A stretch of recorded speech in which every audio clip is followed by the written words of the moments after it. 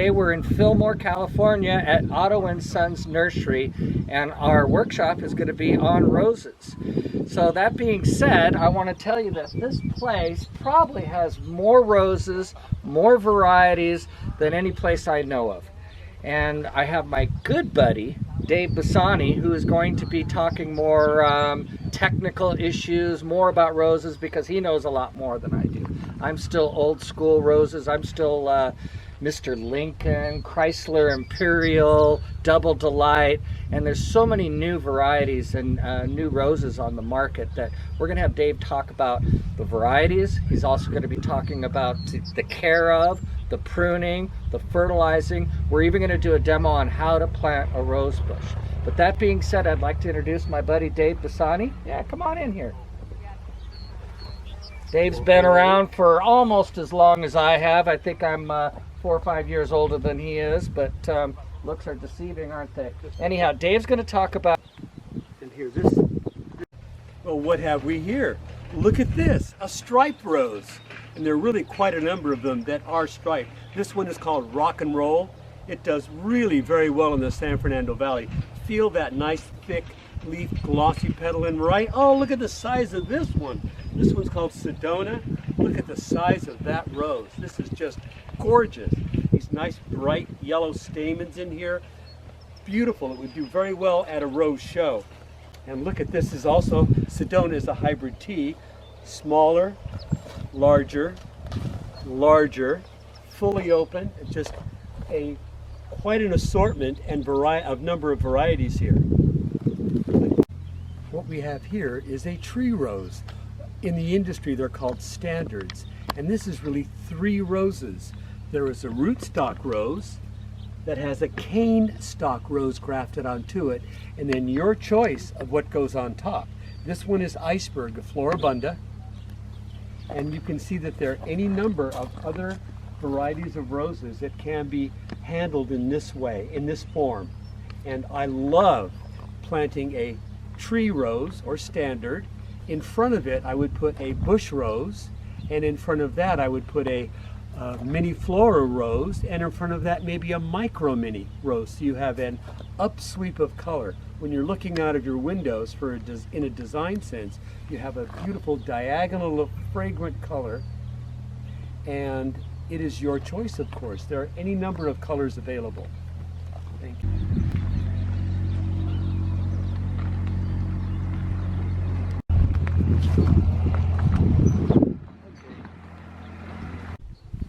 Here's a rose that is exceptionally fragrant called Double Delight. The first delight is look at the colors that it has, yellow to pink to white, and secondly, the fragrance is just really delightful. This is one of the 23 roses given the Gamble Medal for fragrance by the American Rose Society. I only have 2 of these at my house because we can't pick enough to bring in the house, so I had to put in 2 bushes. This is another form of roses called climbing. Climbing roses don't attach to anything. You must give them some kind of a support, and they are exceptionally wonderful in the right situation. The largest rose in the world covers several thousand square feet. It is in Tombstone, Arizona, of all places. The trunk is about this big around at the Rose City Cafe in Tombstone, Arizona. Have a look online and see what an exceptionally large and beautifully fragrant rose it is. It was planted in the 1880s by a woman who came in from Scotland who took a cutting which seemed to do pretty well.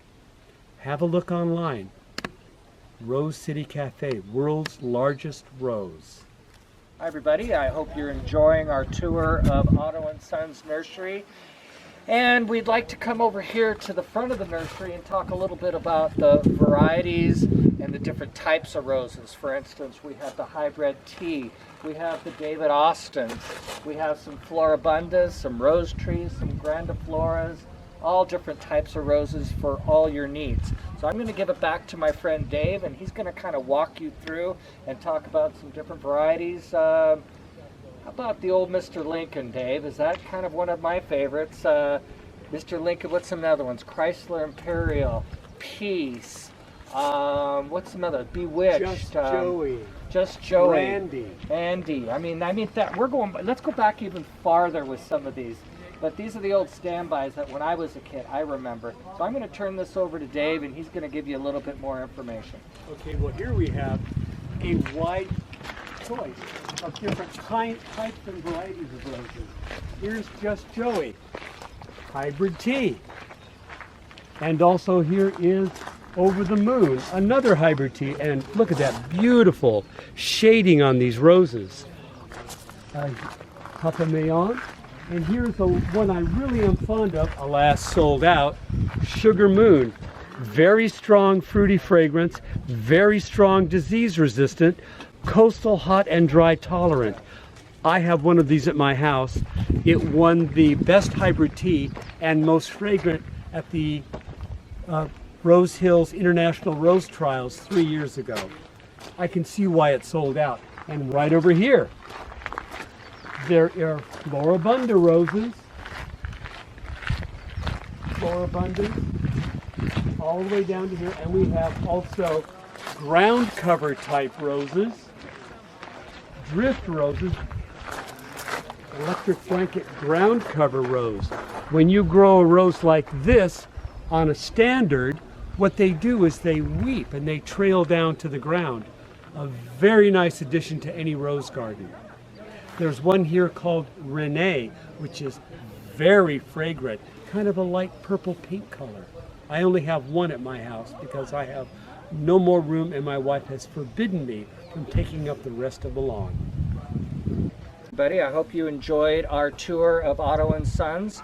Our next step in this video is to learn how to plant, take care, prune, fertilize, and enjoy your roses. So we will see you in a little bit. Thank you so much. Nice to see you all. And we will be showing you how to do the different kinds of pruning in a year. All very, very simple and good ways to water and plant roses. And I'm going to be bringing one of Violet's Pride, which is one of my favorite roses, to the demonstration.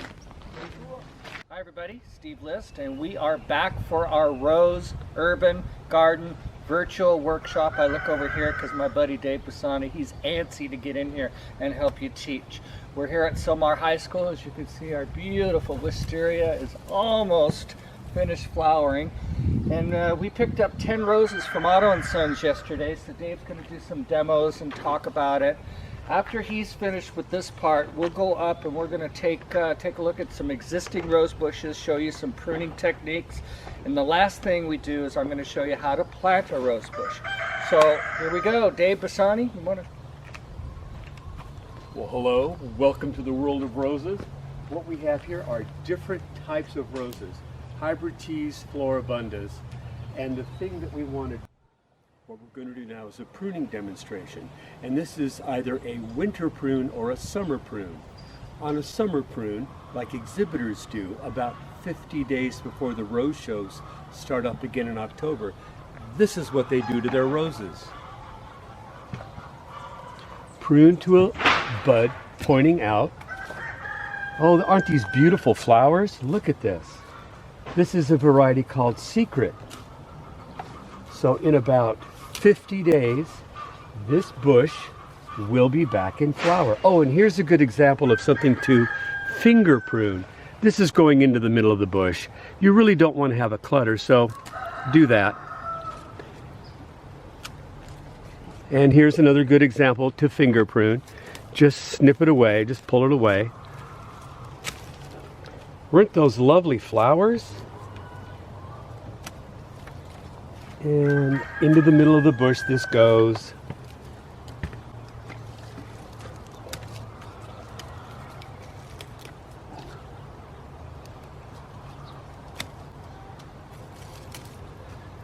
Well, let's see what we have here. Yes, this is such a gorgeous, beautifully fragrant rose. Now see what we're going to have left with here? Imagine this is August or about 50 days before an event. This is what's done. Lovely. And then, because there are those nasty insects that lay eggs or eat their way down the center of the cane. Here's one side of the cut, there's the other side. What happens when you have a hole all the way through the cane is you lose production. It's not as healthy. So what you do to prevent that is when you get out, this year I'm using wood glue, but any kind of white glue does the job. Many rose societies in the United States recommend it. So get a little cheap foam brush and you do this. That's it. You will not get insects landing on the end of the fresh cut and eating their way down the center. Now, what to do with these beautiful roses that we've cut away? And here, this is what florists do and exhibitors do.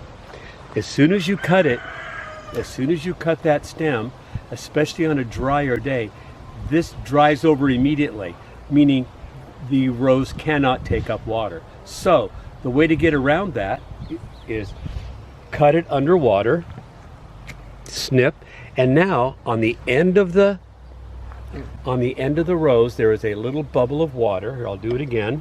Ready? On the end of the rose there's a little bubble of water that insulates the cut stem from the air, and then you have a minute or so to go ahead and put it in water or make an arrangement.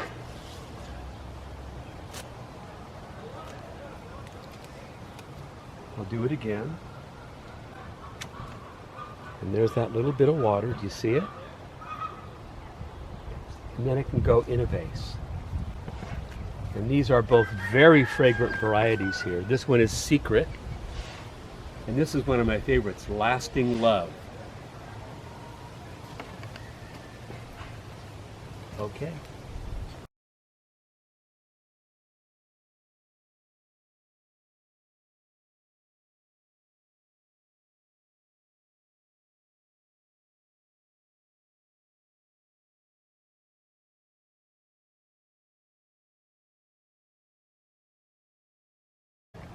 If you want roses, roses come from new growth.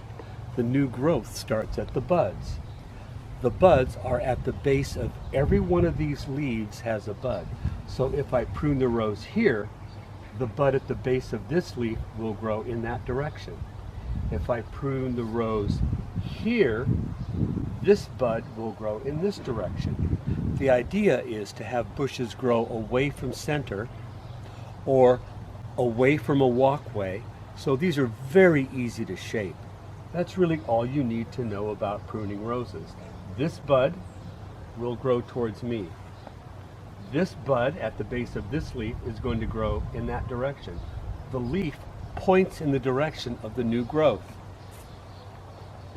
Okay.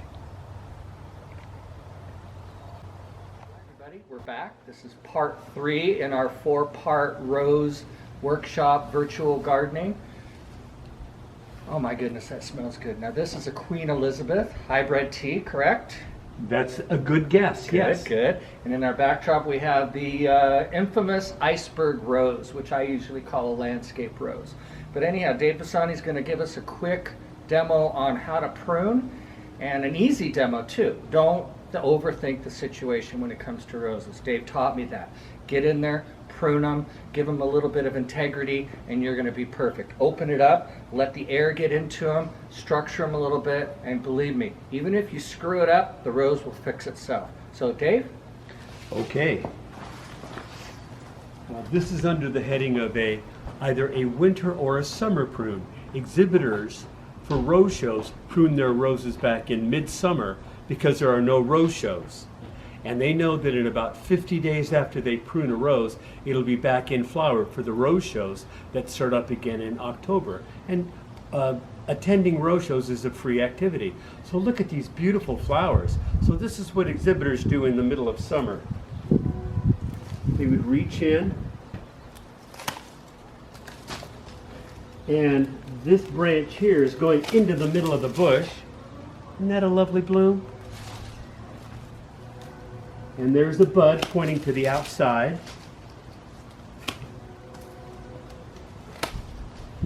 And another bud right there pointing to the outside. This little branch here is right in the center of the bush, so we really don't want to have growth in the middle.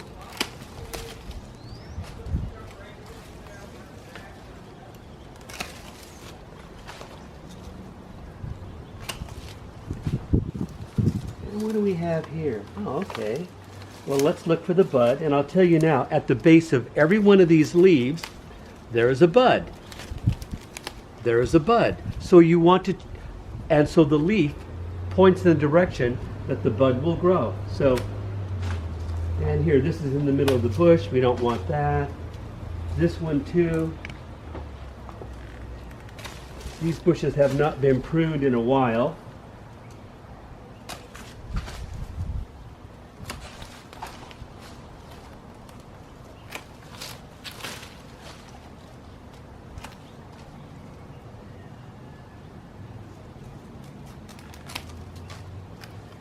See, in this thing, you don't want these growing into the middle of the bush.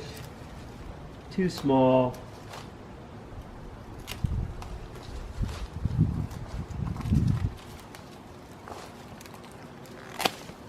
And this one here, right in the middle of the bush. Although, isn't that a lovely flower?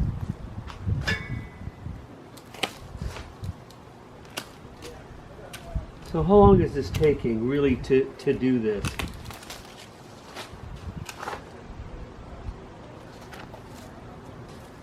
All this extra unnecessary growth.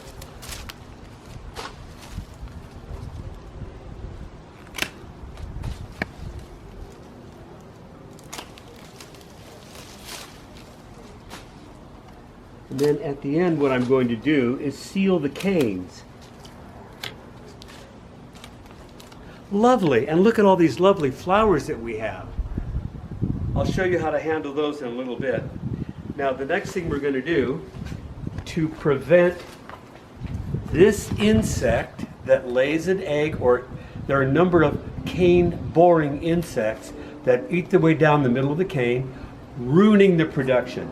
So what I use is glue, good old either white glue, carpenter's glue, something like that, and one of these cheapy foam brushes.